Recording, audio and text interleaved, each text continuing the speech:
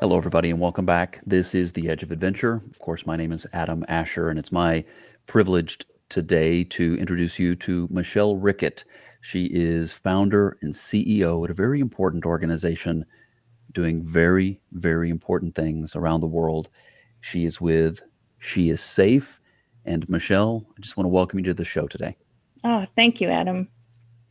I am already very proud to know you, and we're going to get to know you a little bit better over the next 30, 40, 50 minutes or so as we talk here on the podcast. She is Safe focuses primarily on what? On abused and sold women and girls. So, those people on the planet who are most likely to be abused, abducted, enslaved, those women and girls. Michele, I like it right off when we were off the air here prior to starting this. I mentioned that when we talk about this topic, I'm very thankful for people like you and your team that are doing things to help these wonderful people, people who are vulnerable, people who are vulnerable to being victimized, often who are, and then there's that part of me also that gets angry that this exists, and then there's also that part of me, Michele, that's almost it's almost disbelief. Are you telling me people are being bought and sold? Oh, yes. And we're told by those who research such things that there are more slaves in the world today than at any other time in human history. And that 99% of those who are sold for sex are women and little girls. We can now, because of research, see the busiest human trafficking corridors in the world that helps organizations like She Is Safe as far as where we're going to actually focus our energies and staff and resources. So, yes, unfortunately, what began as just the commoditization of other human beings has been embraced by the criminal industry that has shifted more and more away from the sale of drugs to the sale of human beings. And it's their profession, it's their job. So they want to look at where can we get this commodity, if you will, the least expensive to us and the least risk to us because this is criminal. And so they target those who are most vulnerable, and that would be women and girls in the hardest places in the world. Michele, what are some of those places? I anticipate that you're not going to be able to say that this is only a problem in the following locations. I'm afraid, my awareness of this is that it's something that plagues many parts of the world, and there are victims that from many different parts of the world. But Well, yes. in terms of She Is Safe, you guys focus on what in any particular areas or locations or types of locations? Well, yes. Actually, as I mentioned, from the research, we can put dots on a map and say this is where a high number of women and girls are sold from. And so that's how She Is Safe determines where we are going to work. Of course, modern day slavery, human trafficking happens in virtually every community in the world to one degree or another. So it's degree for She Is Safe.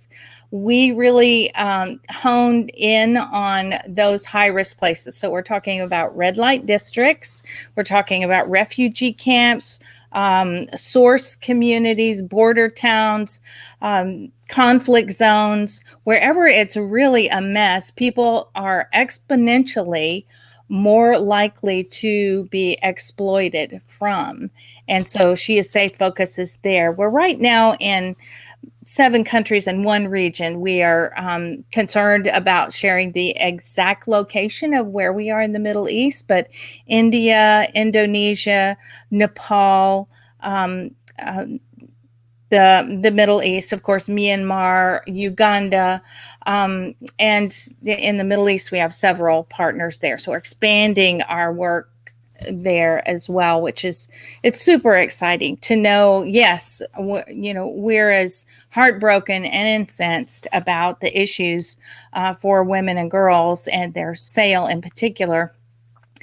Um, but what we're after here is to equip families and communities for the long haul to change the way that cultures think about women and girls as an easy commodity. If we can make that shift in a person, in a family, in a community, then they'll never go back because they see each other differently. And from She Is Safe perspective, it's all about having kind of a God's eye view of every individual. Once that shift happens in people's minds, they realize, oh, this person, like every person, was given as a gift to our family, and we hurt ourselves if we actually sell off our own future because of some ancient ideas that we had that boys were preferred over girls. So if we can change that, we are making a long-term difference. So She Is Safe is looking at what are the root causes. I love a good rescue just like anybody else, but rescue is not a long-term strategy for changing mindset. We can pick up those pieces. We can provide a safe place to live and trauma counseling and vocational counseling, spiritual development as well, kind of one by one. But if you can change a whole community so that girls are no longer at risk, that's my happy place. That's the place where She Is Safe is really able to shine. This is The Edge of Adventure, and we're talking today with Michele Rickett. She is the founder and the CEO of She Is Safe, and you can look them up online at sheissafe.org. And as always, of course, you will find a write-up about this particular broadcast on theedgeofadventure.com, so look for it there. There'll be links to all their material as well. And thanks to everybody who's tuning in. Whether you're watching or listening, we know that you care about these things. You're a part of this movement. You're a part of this fight against darkness, and we are thankful for you. So thanks for tuning in. Thanks for lending your ear and your heart a little bit today to this particular topic. And I've got a few different questions, Michele, but the first one really that comes to mind now is I hear you talk about the need for change and the need for a new mindset. As it relates to the mindset of the victim, okay, in particular, what is the mindset that she needs to have, the change or the shift in mindset? Not that it's her fault. I'm not saying that at all, but as it relates to her, what does she need to know about herself that maybe she hasn't learned yet? I think the biggest challenge is this sense of value. I am a valuable human being. I deserve to be nurtured. I do not deserve to be mistreated, no matter what my circumstance or where I came from or what my parents told me when I was little or my community. I am a valuable human being just by being created by God and on this earth and given as a gift, and that I am not alone. Often victims are isolated, and one of the things that She Is Safe loves to do is connect those who are most vulnerable together and begin to inform them about the tricks of traffickers and other exploiters so that they kind of with one voice say to each other, you are valuable and I'm valuable too. And here's the things that we have to watch out for. In many places where girls and women are sold, there's a lot of corruption on the part of authorities, and that happens everywhere. I'm not blaming one country or another, but those things happen. And if one person goes alone to the authorities and says, look, I'm being beaten, I'm being starved, they're taking all of my money, then when they told me I was going to get a good job or pay off a debt and go back to my family, if one person goes to the authorities, they're helpless. But if they go as a group, And She Is Safe has wonderful She Is Safe groups that we help to start and facilitate to grow. They go as one voice to the authorities so that you've got plenty of witnesses. And places where we have worked that have been run by traffickers, it's where traffickers live, actually have turned around because we introduce, this is an illegal activity and you wouldn't want your neighbors to be involved and end up in prison. I know this has happened here over a long period of time, but it's a new day now. And you need to protect this whole community and shift towards selling something else instead of girls. That is how we begin to introduce change. It may start with one girl, a girl like Mina busting rocks with a hammer. That's her whole life ahead of her. But we began working with She Is Safe group, initiated there of women, and talking to them about the hardships of women and girls. This is a gender violence issue. It's not only human trafficking, but it also is child marriage is included in that, and so many other injustices. Withholding food from a girl is a kind of abuse if you're doing it just because she's a girl and you don't think she's worthy. So starting to introduce these new ideas with the women and girls, I'm telling you, they are ready. And they're ready not only to protect themselves and their daughters, but to protect all the girls in their community. And that's when momentum really starts to happen. And so we've just saved the 10-year-old, the 9-year-old, the 8-year-old, the kids have yet to be born. Michele Rickett is my guest today here on the Edge of Adventure podcast, founder, CEO of She Is Safe. You mentioned the word violence. So I'm going to ask sort of a two-pronged question here. What do you mean by violence? We all think of things that we know are violent, but what is included in that category of violence? And what is the relationship of that violence to the vulnerability that these young women and girls find themselves in? Well, violence against women and girls actually starts before they're born. Because of sex selective abortion in China and India, we now have a shortage of girls in those countries. And why is that? It's because they identified this child is going to be a girl. We'll either abort her now or we will wait until shortly after she's born, and then she will be buried alive, or she'll be strangled or starved, and we'll just ignore her to death. That's a kind of violence based on gender. If you, as I mentioned, withhold food from a person because it's a girl, and you think, well, she is never going to do the family any good. We'll give all the protein to the boys and she can eat what's left over. That's a kind of violence, if you will. There are a stew of these kinds of injustices against women and girls that leave them so very vulnerable. On the one hand, that they can be beaten or sold. There's a big word we use, impunity, meaning no one will be held to account. This is normalized in the cultures where we work. And so to move beyond that, it sounds like heavy lifting to go beyond the idea, well, she's a girl, you can do anything to her, to she's a girl, she's now somehow valuable. Well, she's valuable for the wrong reasons. There are certain communities where we've worked where they rejoice when a little girl is born because now they know they can make some money.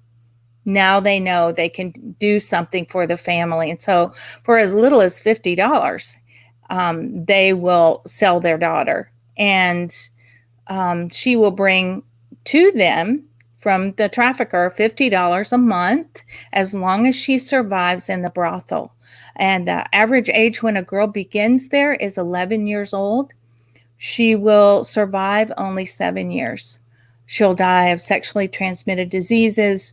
She may die in childbirth. But the number one killer of adolescent girls around the world is suicide, as they're so very frustrated with their lives. But the violence, continues. It's cradle to grave.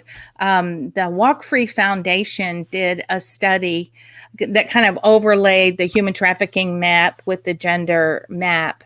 And what they found was those things coexist. You mentioned about the connection between the two. If you can do anything to a human being, then the textbook definition of human trafficking is through force, fraud, or coercion, someone is doing labor or sex that they would not choose to do. So, or if they're under 18, doesn't even matter if they agree, that's considered human trafficking.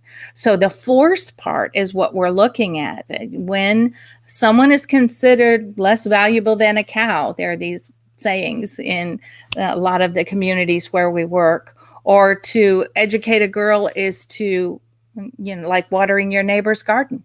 You're really not doing your family any good. So it kind of erodes and debases the value of girls.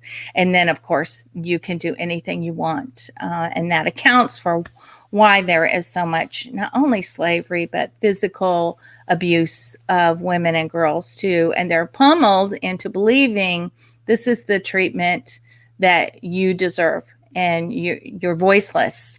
That's why She Is Safe is here. Why you're here is that we can get a voice out there for them. Michele Rickett, founder and CEO at She Is Safe, and you can look them up online at sheissafe.org. And of course, on the video version of the podcast, I've been sharing a few pictures. There's more to come, a video that I've been able to share. And you can go to their website to find the links to all those as well if you want to be able to look at those and hear the audio and all that good stuff. So it's great things here that they're doing. And at the same time, this is such a heartbreaking topic and a heartbreaking reality. And I'm so thankful for Michele and her team at She Is Safe for all that they're doing. Okay, so you've got a young lady, a girl who's been subjected to this kind of horrible treatment. And you said something earlier. You said it's great, something to the effect of it's great. Everybody loves a good rescue. The rescuing part is an important piece, and that's wonderful. But damage has been done. Damage has been done. The wrong kind of messages have been communicated.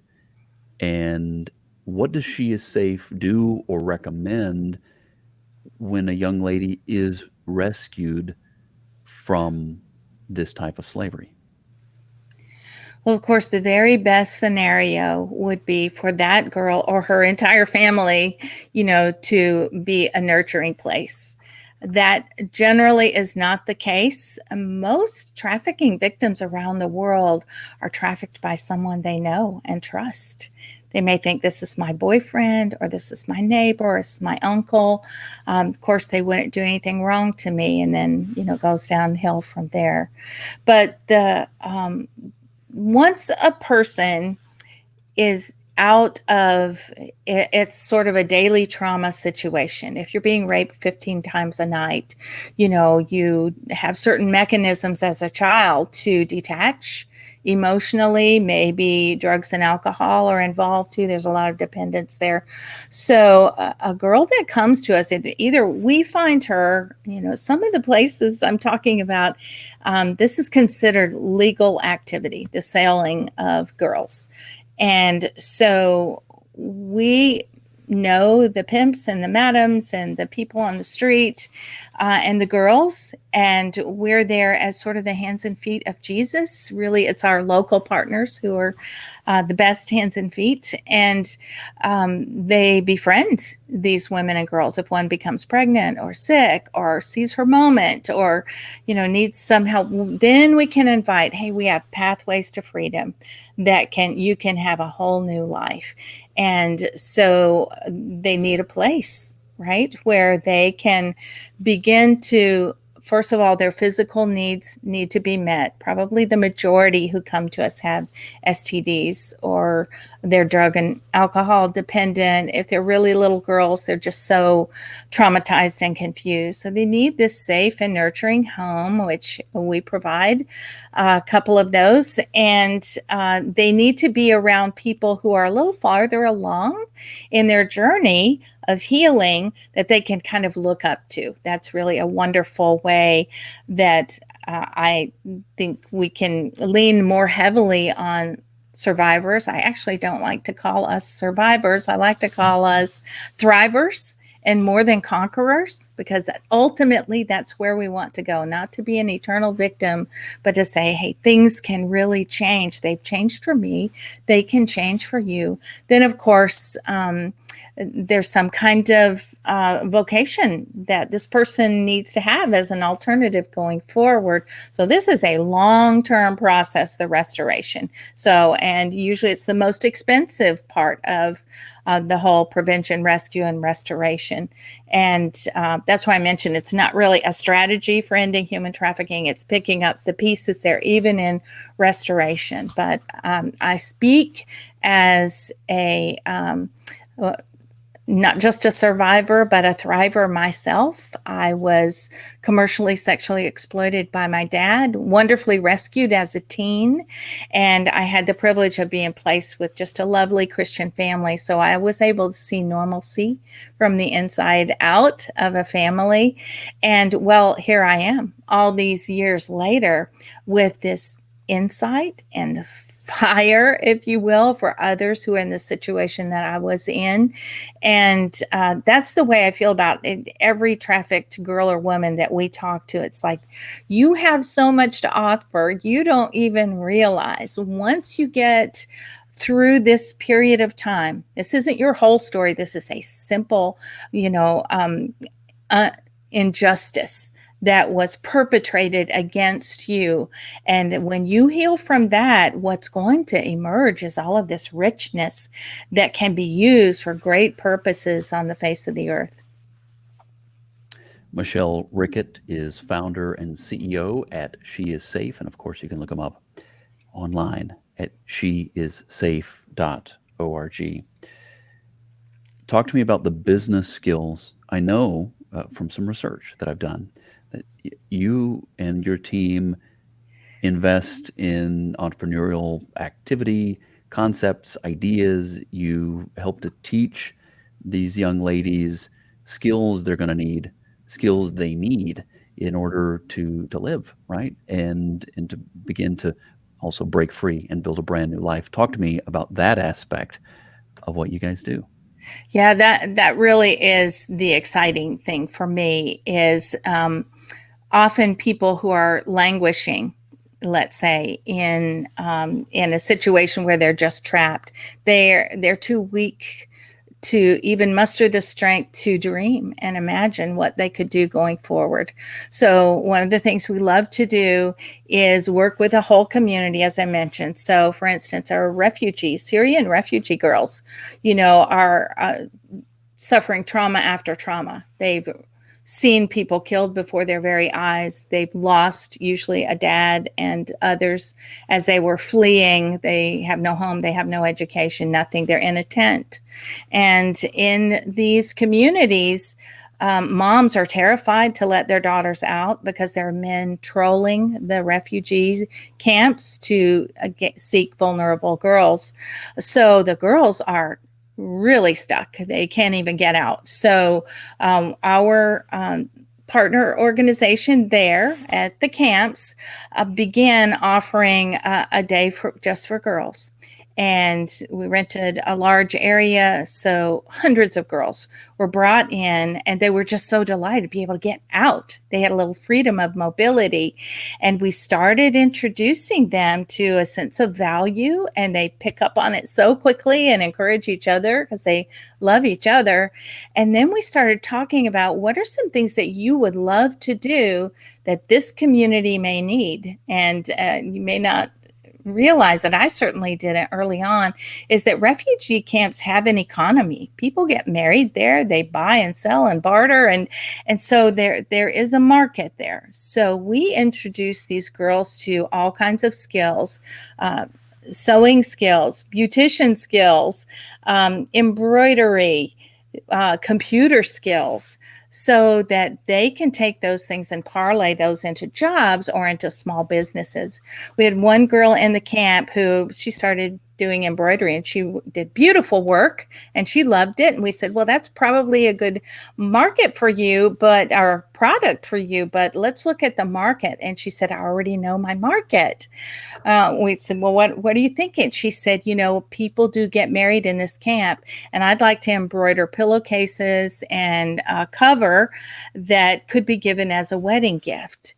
She lived with her extended family in a tent. It's kind of a double wide, and they is plastic. So they divided the tent in half. Half was for her business, and half was for the family to live in. She had to hire more girls because the demand was so very high. She ended up doing so well that she moved the entire family out of the camp and into a cinder block building that was several stories high. She had a storefront, and then on the ground floor, and the family lived up above.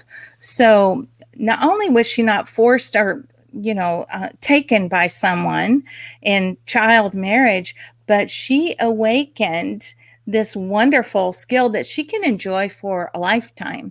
Of course, once COVID hit, a lot of what we were doing in Myanmar and India were helping women and girls there kind of pivot whatever they were doing in order to become essential services.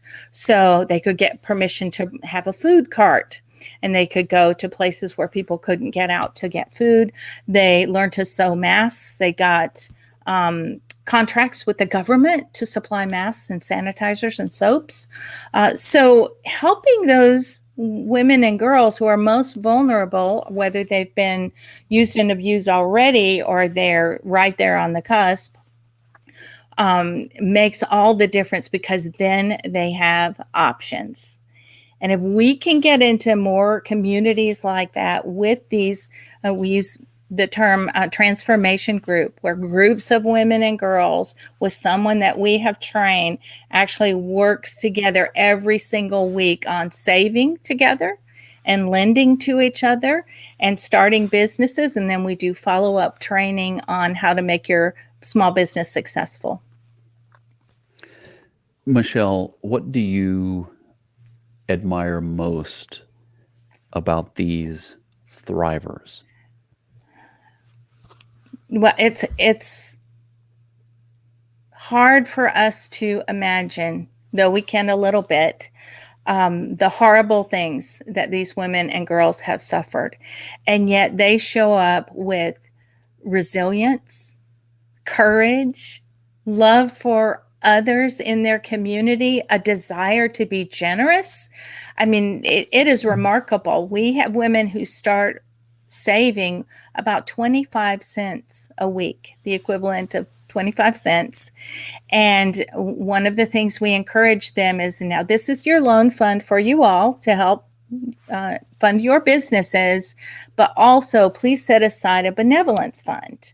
And women get more excited about that than anything. They think, you mean we could go and help other girls and women be safe and not be sold? And that's okay. Of course, that's okay. Generosity is such a freeing, empowering thing. It gives us great joy and happiness when we invest in the well-being and welfare of others. So to give people who never thought they'd have two pennies to rub together the opportunity and help them see the vision about what they could do as change makers in their own area is just, it flabbergasts me every time that I see women. I think, oh, their lives are so hard, and they go. And we're sponsoring some girls in this remote area so that they can pay their school fees. It's just super encouraging. And of course, I can't help but make the comparison to people here in the U.S. who have so much and often lack the joy that can come from saying, hey, I'm going to be a part of change for at least one person. Michele Rickett is my guest today, founder and CEO at She Is Safe. Look them up online at sheissafe.org. And of course, this is the Edge of Adventure podcast. Great to get to know Michele today. We heard a little bit about your story, Michele, and I wonder, knowing you, knowing a little about you, what you went through and what you lived through and what you have learned to thrive through and in spite of, right?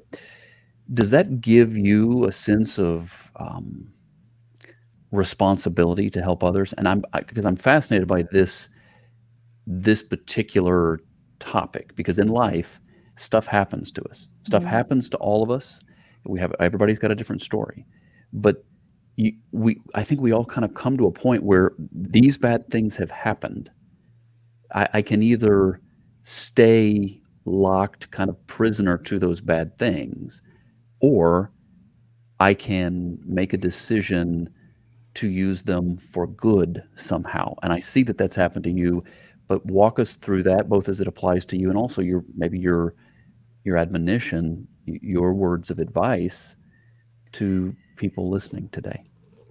Yes, well, it's a story I actually love to tell. I probably should have been rescued from the home when I was 3, but instead I was a teen. So all of those years, the constant message was that I was worthless, that I was being used this way because that's what's supposed to happen. So that was drilled into me from my earliest childhood. And my mother left when I was about 12, and then things got really bad after that. So I had no guide. I didn't have anyone to look up to. Um, as I mentioned, I was placed in just a very wonderful home, and that gave me the space to recover a little bit and then begin to wonder, what's next for me in life? Well, for me, the only thing I could imagine was more abuse. I thought, I am never going to get married. I am not going to put myself in somebody else's hands and then learn that he's done something terrible to my children. I just would never do that. And never say never. We I met a young man who was just from a very loving family, and his family treated me like a long lost daughter. And they began to just tell me that, God had great plans for my life, and that because of all that God had done for me, that I would have special insight and a special calling. They didn't know what that was, but they sort of spoke that over me. And I thought, that's very strange. I'm damaged goods. I'm going to be hurting the rest of my life. I'm going to need somebody to take care of me. And I had a wonderful mentor, and she just would not allow that at all. She said, Michelle, I'm going to teach you how you can, begin to envision a whole new life, but it's on you. I'm not going to give that to you. I'll pray with you. I'll work with you so you can understand your true value. So over time, I began to believe what she was saying over me, that surely God had something for me with all this that he had saved me from. But I still, even as a young Christian wife and then mother, I was so ashamed of my story that I rarely talked about it. And I thought, this is so great. I'm a new person. I don't have to. I'm all forgiven. I'm washed clean. I never have to look back. And but there I was, a missionary wife, living in Nairobi, Kenya, where my husband was assigned as a Africa coordinator for our organization, and we're raising our 2 little girls there. And I started learning really disturbing things, that girls in our neighborhood were used as slaves and sold. And I would try and strike up a relationship with a 12-year-old, and she'd disappear. I'd inquire about her, and they'd say, oh, she got married. She was 12. What do you mean she got married? Oh, she married so and so. He likes them really young. So he already has 3 wives, but he wanted her as well. And they said, but it's okay. She at least has good food to eat, whatever. So it was very business as usual. This is normal. Of course, we sell girls. Of course, we take them from up country and move them here, and they do all of our cooking, cleaning, and babysitting, and we send their money to their parents somewhere up country. So I was seeing, I had never heard of modern slavery or human trafficking. I didn't know it existed at that time. We didn't have those words while I was there, but I called it girl selling, abuse of girls and selling them. And I was writing letters home and so on. We got back to the US about 20 years ago. We founded She Is Safe for that very cause. I had met some amazing African women who were being advocates for girls and really wanted to change. I thought, well, we can partner up. And so that became our model as we partner up with those local women in these very hard communities who have great reputation and are doing something of a prevention, rescue, or restoration. And then we got to beef it up in every way we can in these long-term partnerships. Michele Rickett, my guest today, founder and CEO at She Is Safe. And of course, as mentioned, you can look them up online at sheissafe.org. Michele, as we get close now to the end of the program, I want to ask you, please, to share your thoughts or your encouragement to the person out there, to the woman out there today, who, for one reason or another, feels worthless. What's your message to her? Well, if you feel worthless, I understand the feeling. I had it too. And lots of people have it because people who are supposed to nurture them and build into them have torn away at that. But it's a lie. You are worth so much. God would do anything for you. And if He's brought you in the hearing of my voice, He's saying to you, you were made for better things.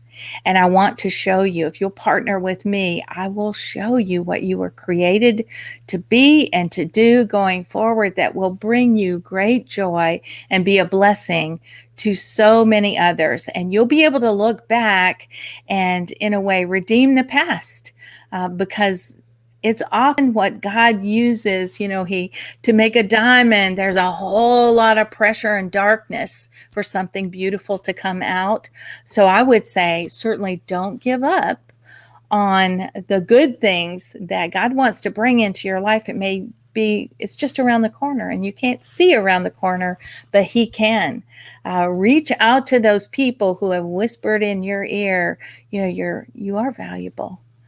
And begin to cultivate what God has for you as you dive into His great love for you and the people who love you too. Thank you for that, Michele. Great words of wisdom. And they're true no matter who would say them.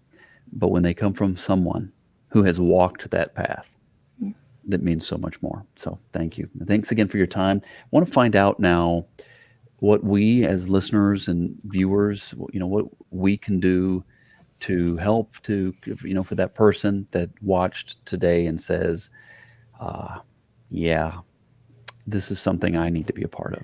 This is close to my heart. Yeah, I need to come alongside them in some way. What would be some ways that they can do that? Also, tell us about the event that you have coming up. Well, what we love to do is invite people for a service day opportunity. So we've done this with corporations, with schools, small businesses, kids groups, to just come together. It's a learning opportunity, but we give them some hands-on work to do. And during that day, they learn about tips for safety for their own lives, their neighbors nearby, and then introduced to the very hardest situations around the world that they can be a part of.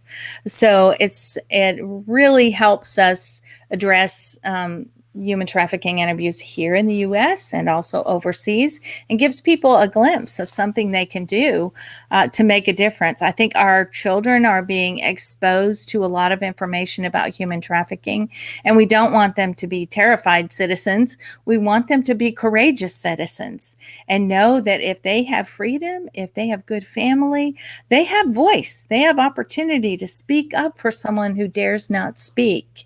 And of course, supporting She Is Safe is important. Financial and prayer support. It takes about $1 a day to help one girl or woman in one of our programs of prevention, rescue, or restoration. This last year, we had 78,000 individuals in one of our programs. So we have a lot of need. And of course, we're expanding in the Middle East, as I mentioned also. So that's really important. Our event that's coming up, we like to center it around the middle of October, which is International Day of the Girl. So the entire world community is waking up to, wow, we're at a loss when we don't help to nurture these girls. We'll all be stronger if she's helped. So International Day of the Girl is, we own it. She is safe. So that's our time. So we sponsor our largest event of the year. It's a gala at the Hotel Avalon in Alpharetta. And we're also going to be live streaming it. This will be a first for us. So people across the nation can have watch parties and be a part of that. Or go onto our website. You'll see the pop-up. First things that will pop up is information about the gala coming up on Friday the 22nd. We'll have lots of surprises at the event. It's an international event, including a butterfly release from the rooftop. So super special event. And it will mean that we'll be able to save more lives, to prevent more women and girls from ever being sold in the first place, changing whole communities so they wouldn't do the unthinkable any longer. Well, thank you, Michele. And for those watching or listening, if you are watching or listening prior to October 22nd, 2021, okay, because of course these podcasts live on past that time, but if it's prior to that, you can go to sheissafe.org and find information about how to participate, come alongside them, how to live stream the event on October 22nd, how to maybe people will be there in person as well. Michele, is that right? That's right. Okay. So in case you're in the Atlanta area, I know many of you are. Michele's in the Atlanta area. I'm in the Atlanta area. So, we have a lot of people here that follow the program. So thank you for that. If you want to get behind them in this way, please do so. sheissafe.org for more information about that event. And of course, it's important. All these types of events are important when it comes to awareness and to fundraising. So we wish you guys all the best with that project. And what you're doing is amazing. And I'm proud to now call you a friend, and I'm proud of what you're doing. I'm impressed by how you took your story and you allowed the Lord to turn it into something beautiful, and you are using it for good. And my admonition to everybody listening or watching, whatever it is that has happened to you that is not good, that is not fair, that has caused a lot of pain, give God the chance to do something amazing with it. And he can. It doesn't make it right. It doesn't make it good. It doesn't make it okay. But in God's economy, he can do miraculous things, even with the work of evil. Evil tries to do something. It tries to do something bad, and he can turn it into something beautiful, like he has done in the life of Michele Rickett, who is founder and CEO at She Is Safe. Thank you so much, Michele, for coming on the show. And I look forward to hearing more great things from She Is Safe in the future. My pleasure. Thank you, Adam.